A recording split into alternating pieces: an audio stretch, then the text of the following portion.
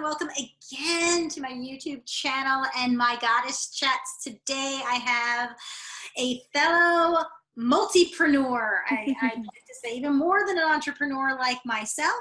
A doctor of physical therapy, massage therapy, yoga therapist, blending it all together. Alison McLean. And Allison reached out to me. I put a call out, who wants to kind of, shine and show what they're doing, thinking out of the box. And I was really happy to hear her story and have her come back to me. She has a bachelor's in health and exercise science. She was a Division I diver, subsequently ended her up on the yoga mat. She went on to get her massage certification. Not only that, I'm from New York, so I know getting that New York, those hours in New York is a lot different than down here in the Carolinas with me and California, so over 1,100 hours with that. She traveled, had about 7 years or so doing her thing, yoga and massage, and then she decided, hey, why don't I go back and get my doctorate in physical therapy over at Chapman? And she completed that in 2010, and it looks like, really went the track of yoga therapy, has a business now, is doing her thing, and is a fellow CIAYT, which is Certified International Association of Yoga Therapists. We've really been paving the way of trying to set some standards, not to exclude anyone, but to set something minimal, because people are, taking a weekend course or just doing yoga a lot and saying, hey, I'm a yoga therapist. And there's a medicine to this. There's a science to this and the application of it. So she jumped in like me, and I love that you're with IPA courses. Those were my favorite ones in physical therapy. I went full force out of school, taking a whole bunch of them and things like that. I'm sure they've changed. It was years ago, but I'm a very big fan of Institute of Physical Art and the way they work. So I can already tell we think and look at the body very, very similarly. So welcome so much, Allison, for being on the show. Why don't you tell me what I missed and where you're going and the name of your company, where you're at, and what you're doing?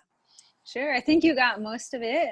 The name of my company is Ignite Wellness, and actually there's a lot in the future. I just started setting up some, well, this kind of gets into our conversation, but some subscription services. Awesome. I might be relocating to a bigger space so I can have just a little bit more to offer people. And yeah, but you pretty much hit everything on the head. I love all these different avenues. Physical therapy school was just an evolution of massage, and yoga has always been in my life for many, many years. And now to use it to help others, they're all just tools in the toolbox. Oh, and I actually started taking some Burrell Institute courses. You're just like, I love it. It's really great. So yeah, when someone walks in the door, essentially what I do in one session, if it's a one-on-one session, is entirely up to them. I just pull from my toolbox and, meet them where they are, but then, use the tools that's going to resonate with them and then go from there. And that sounds great. And that's so much. And then again, that's that coaching philosophy. And I think we get that, one coming in, because I came into physical therapy myself as a certified athletic trainer and got my bachelor's in athletic training. So I think looking at things from, what did the athlete need, and sort of saying, hey, optimally, we wouldn't go back on the field right now, but I'm going to cast this up and we're going to go back and play because you're allowed to. And that mentality. And then going into physical therapy school, there's like this other end where it was like, no, they had a hip replacement. They'll never get on the yoga mat again. Right. Like, Yeah. no. Yeah, totally. I do. I have some total hip yogis that have total hip replacements, and they come to my class. And exactly. Functional retraining means, you're going to do different things, and there's different restrictions. And somebody who's gone into that, with like a dancer, working with dancers, you're just not going to go range of motion in the hip to 140 and be like, yeah, that's just sucks. No more, not allowed. The rules told me you have to kind of push. So I love that about you. So, you did something like I did. You sort of just kept seeing all of these things as you had this vision of the body, it sounds like, or at least, I had that, but it sounds like you're very similar in that way.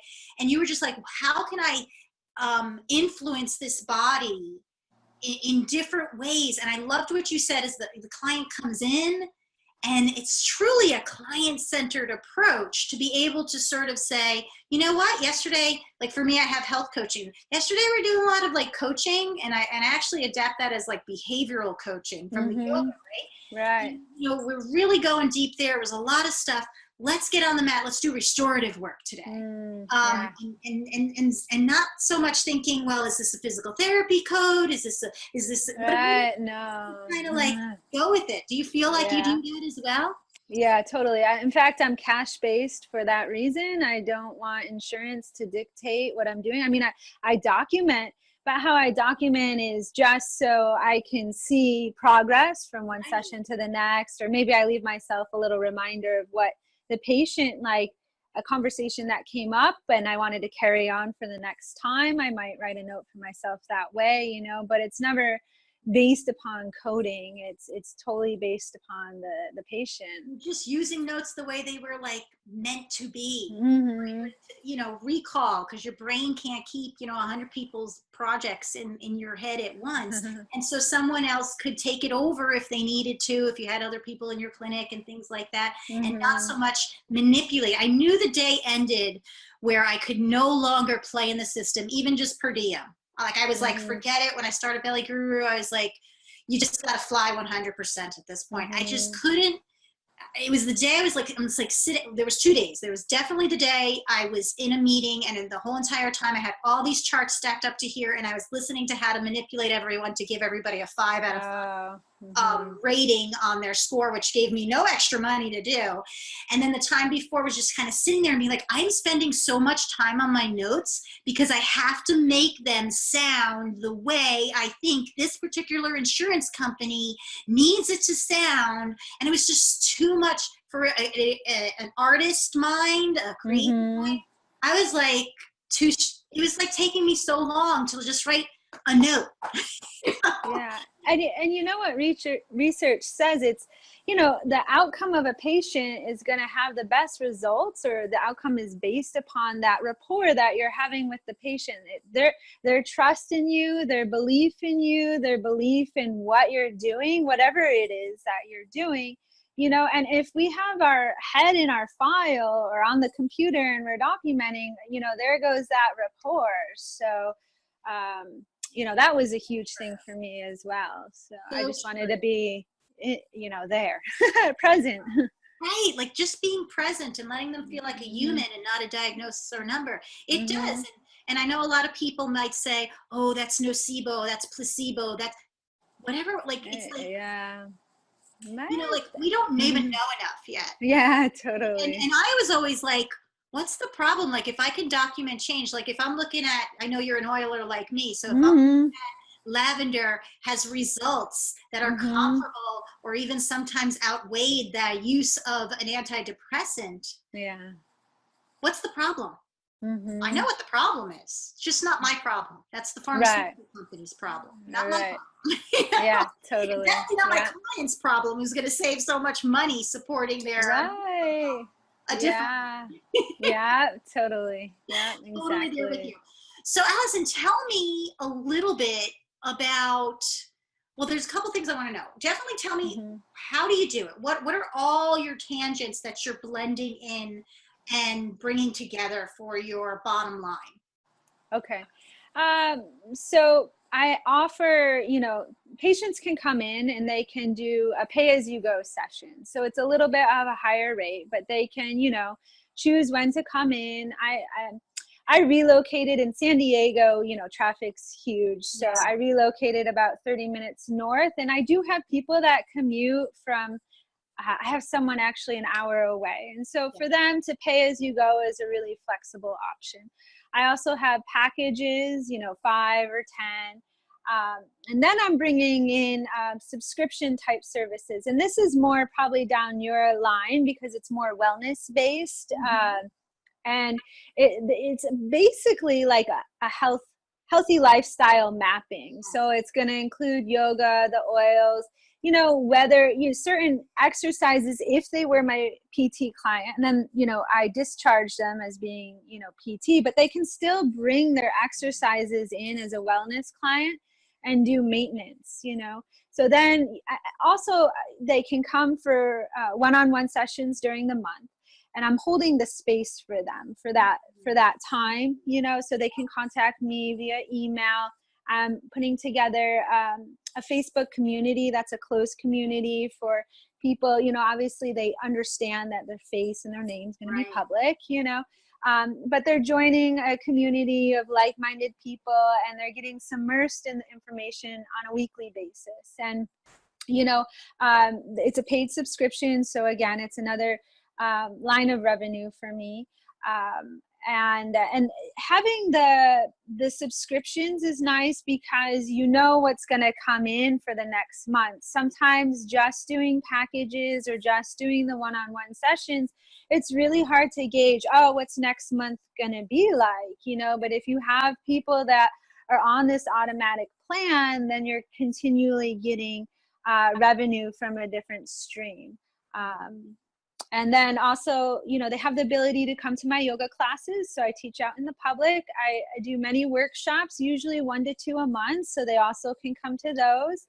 And then I also lead like oil classes. Next week, we have an oil class online. They can come there. People that are on my oil team are sometimes old patients. Sometimes they're old clients. Sometimes they're my current yoga students. So again, they have the ability to join that community, and if they're on my team, then that's theirs. It's available to them.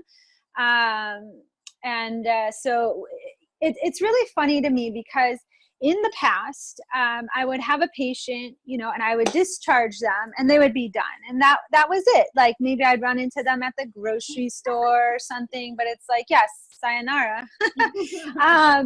But, you know, now because I'm out there, you know, teaching yoga, I'm out there in the community so much more. I'm maintaining, or they're on my oil team and I'm following up with them. Hey, do you know how to use this? Or they contact me, they have a question, you know, like I've developed much deeper relationships, much longer lasting relationships where I've really gotten to know like their whole family. And or if like, you know, a couple years down the road something different happens, they totally know that they can reach out to me. And I think sometimes that like a little bit of a security blanket in a way of like knowing someone's there for them, they trust them and feel confident with them, it benefits them, and you know, for me too, because I'm getting these referrals all the time. Right. So what I'm hearing from you is that you're giving them choice. Yeah. And you're giving them different access points. Yeah, and exactly. that was very much the design of my wellness center too, which was, you know, seems so common sense to me being in this little bubble.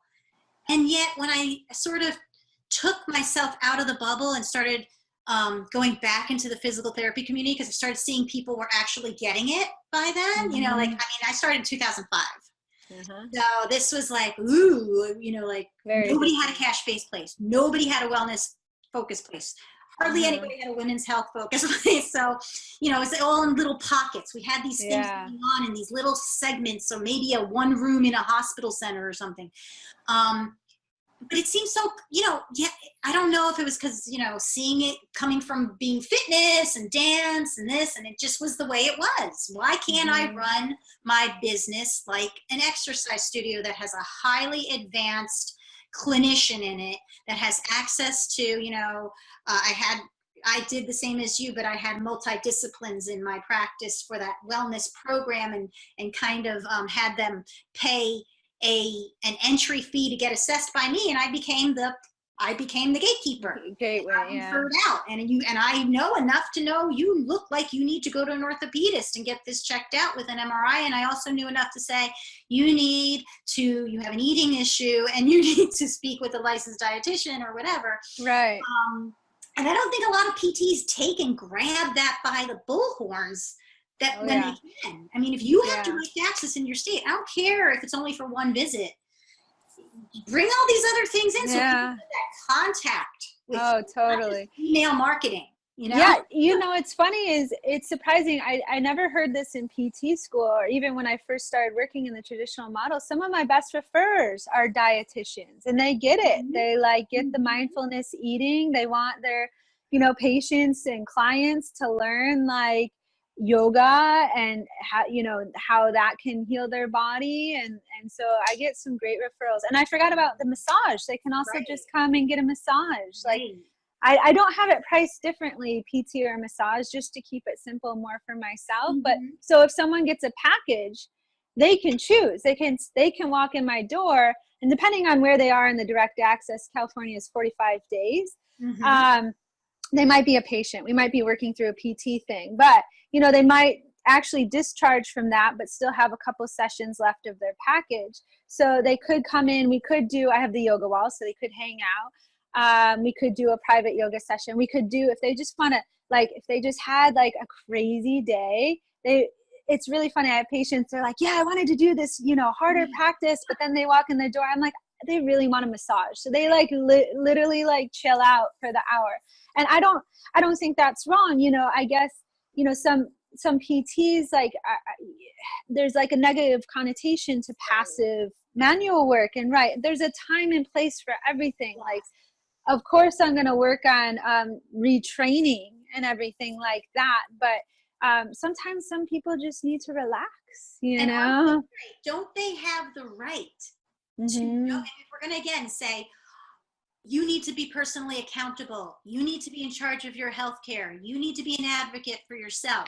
And then we say, but you're not allowed to tell me that today is a day that you just need to be passive. You need to be cared for on the psychosocial, emotional side more. You don't have the energy, because I need to know as a professional, my professional level is saying, what else is going on? And asking those questions, and not just being like, but you have to do this. And and again, we have leeway out of the system of abuse of insurance right now. We do need a system that doesn't abuse you. I don't not believe in insurance. I just don't think people are getting the care that they think they're going to get.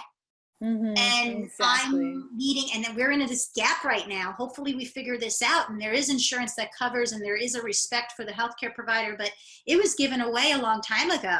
You know, when I was told, you know, you're not allowed to use this and you're not allowed to use that, and then I went with it.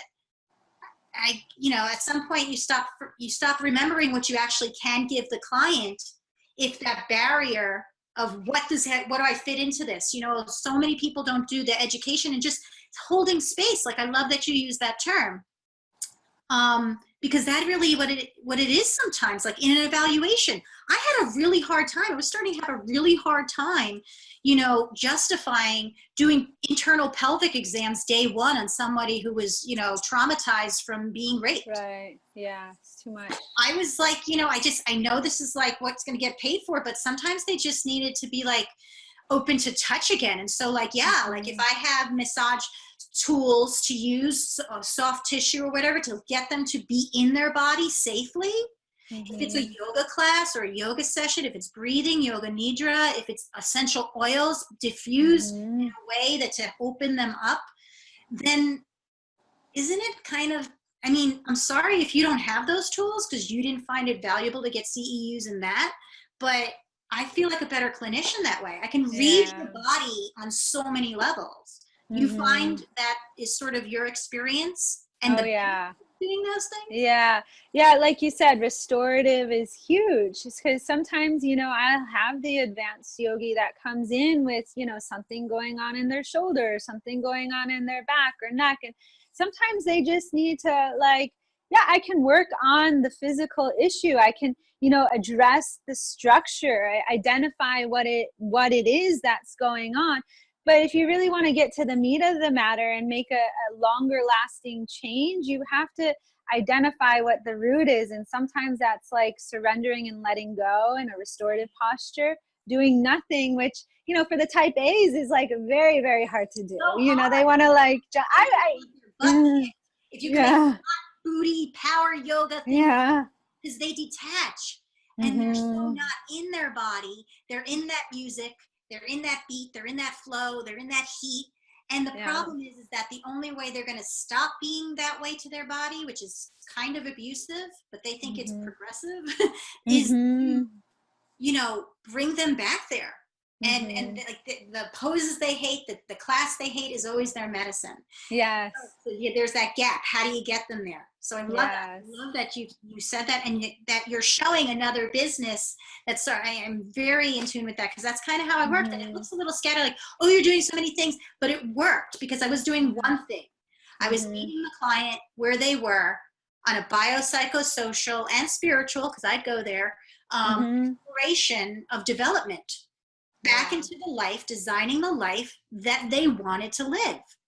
And I got my tools like you to do that. So I love that. I love that you're doing that. Is that something that's out where you are, you know, you're out in California. Is that something that is more common? People like with these multi-integrated things. Now it is. Yeah, I'd say definitely over the last 5 years, it's huge. I've just seen a lot of physical therapists here in San Diego now just getting their 200 yoga teacher training, and it's really great.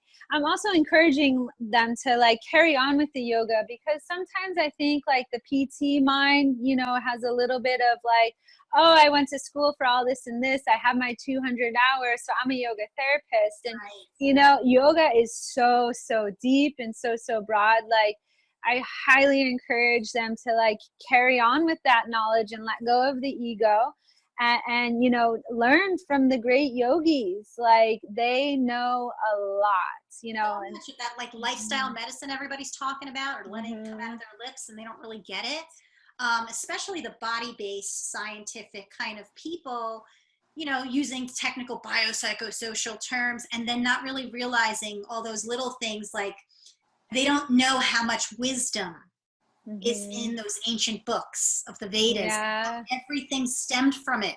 The medicine they're trying to prove right now is in those books. You know, they think they invented breathing exercises. And it's like, no, you know. So, and just also just, I think the appreciation of, you know, that was probably the hardest thing for me. My teacher, Sri Dharma Mitra, his pictures back there, and you know, going, you know, really just letting go of that PT mind, or just even that like justification logic mind, and just letting his medicine sort of hit, and really seeing changes and transformative things in just that behavioral retraining, remapping that brain. You know, it's all, we have a name for it now. It's called neuroplasticity. Right, exactly. Have, the gut microbiome and the seat of disease. But I mean, they weren't trained in that. It's just kind of going back to common sense and letting personal experience be the scientist, be the evidence, and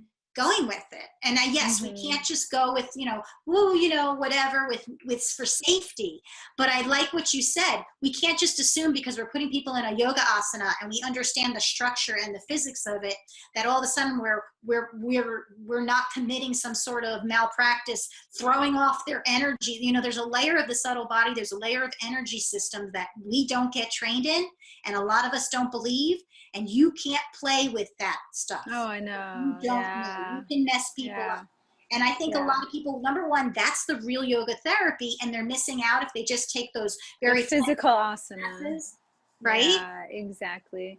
So, and I mean, that's fine. You know, there's actually some niches here of PTs that are also yoga teachers, and they're highly the fitness niche, you know, and that's their thing. And I mean, I guess they're meeting people on that level, and that's great.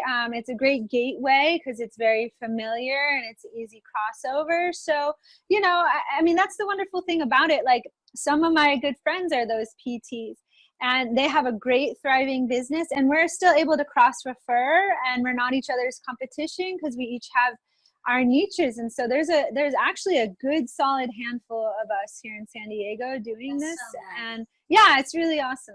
And it's good that you're crossing, because that is the truth. That's the beauty of having, I guess, fellow yogis community, because you understand already that, like, it's not my person.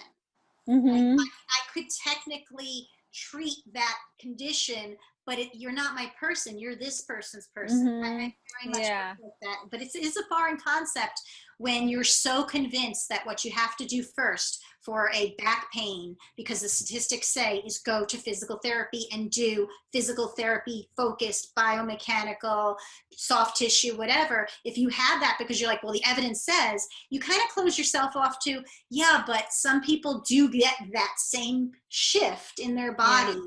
Through other things. I can't tell you how many pelvic floors I've released by breathing, yoga, and some really deep soul searching to why they're holding themselves by their vagina. Right. Yes, exactly. Headaches, migraines too, you know, it's like getting to the true source of what's going on within. And so like our inner world sometimes, well, our outer world is sometimes a reflection of our inner world. It always is. You know, how you're treating people is 100% based upon what's going on with how, you know, how you treat someone basically says how you're feeling about yourself.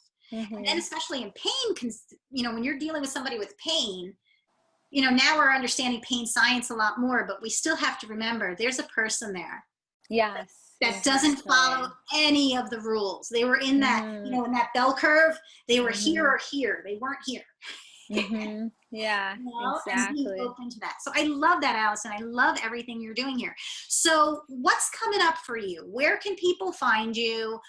You know, this will probably go out, you know, in October, very early October. What's coming up? What can they do to get working? Oh, yeah. I mean, if they're spontaneous, actually, my yoga therapy friend and I are leading a yoga wall training at Prana Yoga Studio in La Jolla. So they can just hop on their website, just Google Prana Yoga in La Jolla, and it's a 20-hour certification. I do have at least one PT registered already who's interested in it. So the yoga wall is another great tool, adjunct to the practice.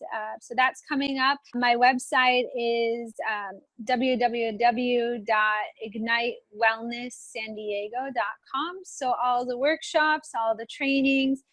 We're leading a bigger training next year, a 100-hour therapy training again in La Jolla in the winter sometime. So yeah, lots going on. I'm really excited for all of it.